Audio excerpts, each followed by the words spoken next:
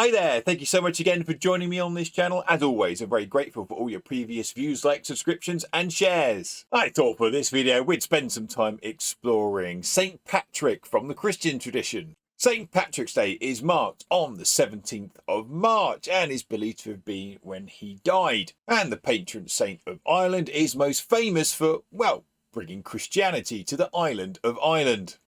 He was born in Britain into a Romanised family. His father was a deacon in the church. He had a rather unfortunate experience at the age of 16 when he was actually kidnapped by Irish raiders who came across the sea. He then spent those few years in Ireland being a herdsman, and whilst looking after the animals, his boss, Milchew, was actually a high priest in the Druid tradition.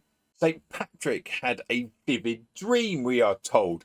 A dream that had him returning back to meet his family in Britain.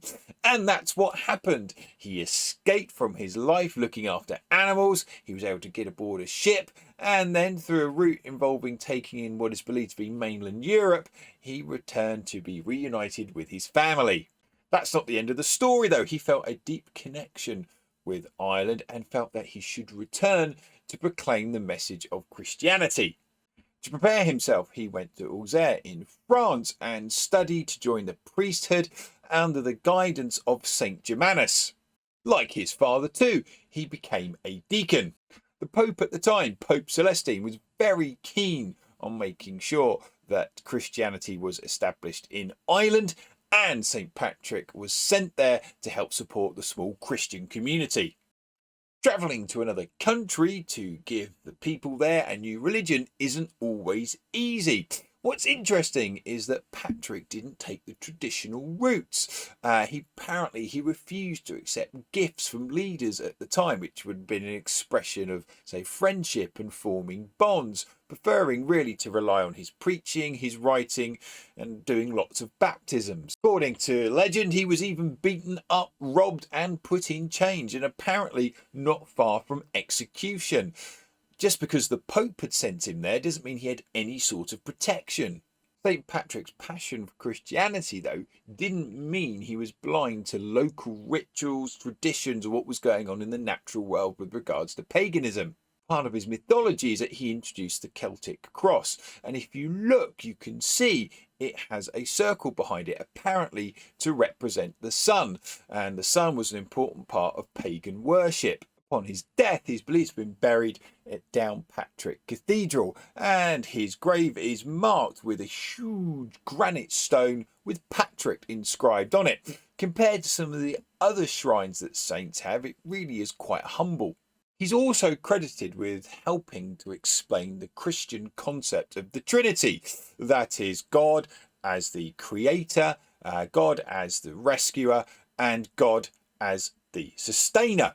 He did this with the use of a shamrock, and those three leaves represent the three parts of the Trinity. A saint wouldn't be a saint without some miracles attached to them, of course. It is a geographical and natural world fact that there are no snakes on Ireland, and St. Patrick is credited with getting rid of them. Apparently, he was undergoing a fast for about 40 days. He was being bothered by these snakes, and he chased them away and banished them forever from the Emerald Isle. In addition, there's also apparently 33 miracles attributed to him just based on raising people back from the dead. Today, there are countless parades, festivals, and parties to celebrate St. Patrick. Interestingly enough, thanks to the Irish diaspora, the first recorded parade to honour St. Patrick is believed to have happened in 1601 in Florida, the Sunshine State. Under the stewardship of the colony's only Irish vicar, there was a parade, probably involving carrying an image of the saint himself, and food, drink, music, etc. Now, in terms of where the next major St. Patrick's Day parade was, I confess this was actually quite difficult to pin down. A number of cities in the United States laid claim to this, from New York to Chicago.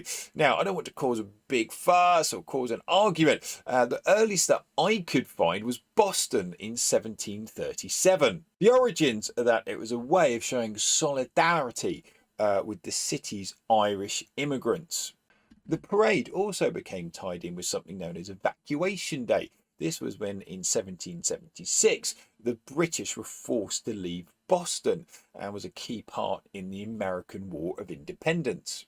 St. Patrick's legacy lives on, not just in terms of being the patron saint of Ireland, but also patron saint of engineers. St. Patrick also left behind some written legacies. In a piece known as the Letters to the Soldiers of Coroticus, it was a response to the massacre of a number of newly baptized Christians. And in it, it's heavily inspired by the Christian holy book, the Bible. He also has some personal work known as Confessions, reflecting upon his life. And finally, this quote in particular stands out. I am Patrick, a sinner, most uncultivated, and least of all the faithful, and despised in the eyes of many. It's his humility that really rings through in this quote. However you mark St. Patrick's Day, I hope that it's a good one for you. If you are able to, please do like, comment and subscribe. And thank you so much for watching. I look forward to seeing you next time, and until then, enjoy your learning.